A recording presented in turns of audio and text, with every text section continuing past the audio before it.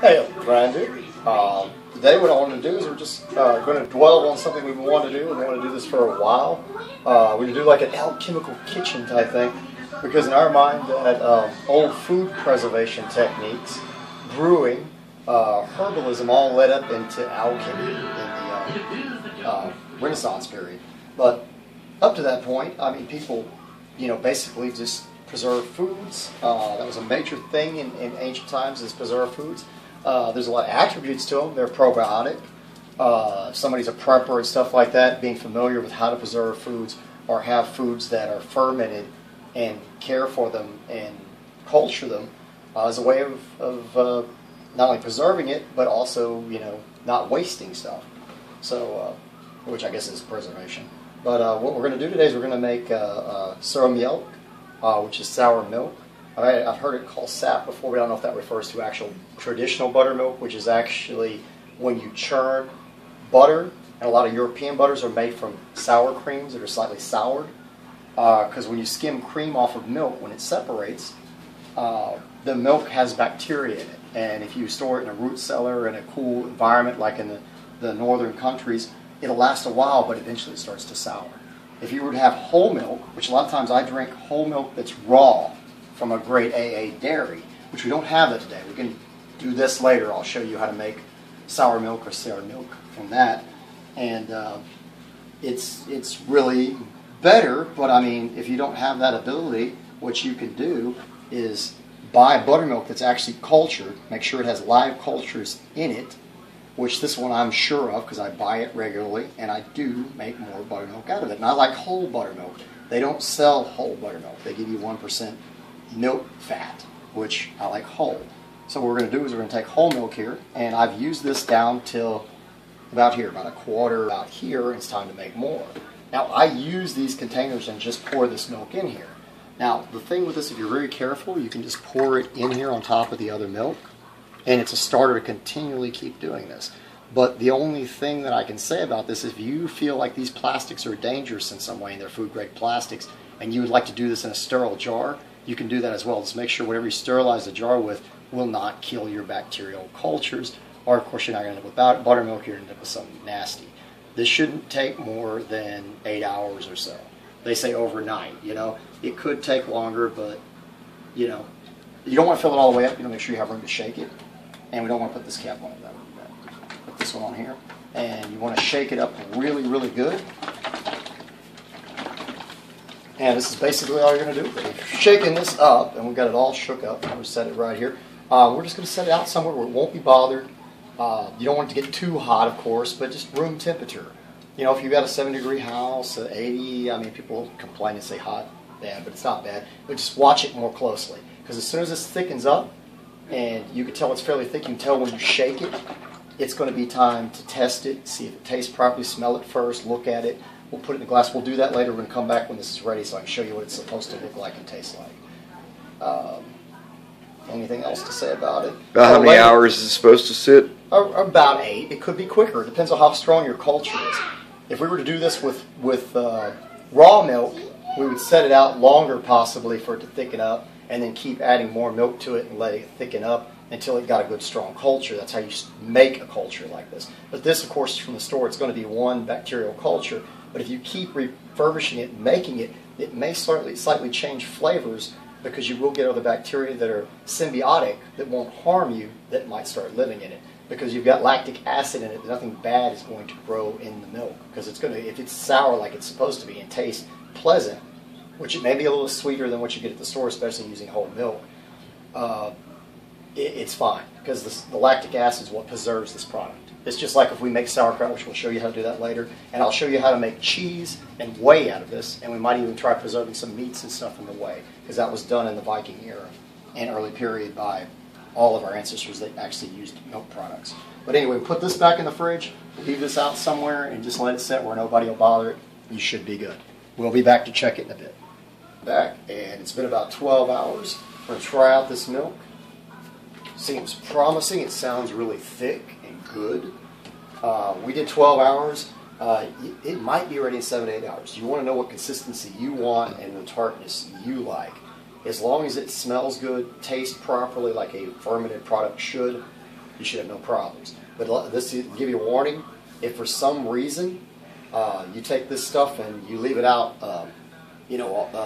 all night, let's say 8 to 12 hours, and it seems like just milk that's been sitting out all night, with a little tartness or whatever from what you added, then chances are your cultures are not very strong or they're dead. So if that happens, you can leave it longer if you choose, but I would not go over 18 to 24 hours. If it's not thick like it's supposed to be and tastes right, it tastes like just milk set out, just throw it out and start over. That's what I would advise. But we're going to go ahead and try this out here. And what else was I going to say about it? If you've ever had milk go bad in the fridge, you know how putrid that is and nasty that smells? That's because it's pasteurized. They pasteurize milk because they believe somebody back in, I don't know exactly what year, got tuberculosis from cows when it was a big epidemic. And Louis Pasteur got a Nobel Prize for saving those people, but there's no proof that cows ever carried tuberculosis nor gave anybody tuberculosis. It was more of an idea that everybody came up with, whether it was true or not. But the thing I'm saying is it's basically, it's all right to use pasteurized, homogenized milk. It's not going to hurt you. It will work, and let's see how we got here, what it looks like. I'm going to pour some in a glass. It should be really thick. We used whole milk. This stuff's going to be extremely thick. I don't know if I should pour such a large glass. I pour a little bit less for Elegrum. But I wanted you to be able to see the coating on the glass. This is the thing you want to look for. I might reverse it here so I can just show you. But this is what you want to see. See how I'm doing this? And we're rolling it around the glass, and we got this nice, thick coating. I'll give that one back to him. But in a second, I'm going to set that down. We're going to get a nice lightning bolt pattern that we'll start forming. They'll start streaking. It's beautiful. You're going to watch it. You'll see it. It's another thing I kind of go by. I go by the consistency and how well it turns out.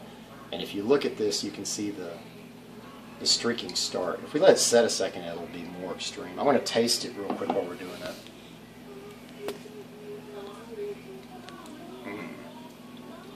It's not bad at all. It could go a little bit longer for tartness, but I'd put it in the fridge and let it cure that way. Our ancestors would take this stuff and store it in a root cellar, or they would store it in a cool area if it was cool during that time of year, and just put a lid on it. Over time, if it started getting mold on top or something, we've heard they just scraped it off because it's like a cheese, and they'd still drink it. Now, I don't advise doing that, but I'm just saying for survival circumstances, you might want to know something like that. Also, before you guys freak out, you know that I do a low carb, high fat diet. That's why I used whole fat milk. This is low carbohydrate. This is probably about 5 or 6 grams of carbohydrates per glass, instead of what this says, 14 grams. The government does not allow them to count what bacteria does to ferments like this because it's not a process. You have an idea? It can't be judged exact. That'd be the way to put it. Depending on how long it's set on the shelf, you may have more or less carbohydrates. Like I said, it goes down to about 3-4 grams of carbohydrates per glass, depending on how tart it is. And this is fresh, so I'd say maybe 4 or 5, somewhere around maybe 6. I don't know. But it's very low carbohydrate. There's a lot of fat in it, so it's going to fill you up quickly. Let's see if we got that pattern going. You can see it right here. It may take a little bit longer, but you'll see it starts doing a streaking pattern on the glass. I call them lightning bolts. It's like little lightning bolts that start taking place. But you can see how it coated the glass. This is very good. And you all should try it out. If you're lactose intolerant, Elegrum was, and at least he assumed he was because he had a mild problem when he do dairy products. He started drinking real fermented cultures like this, and it actually reversed his problem.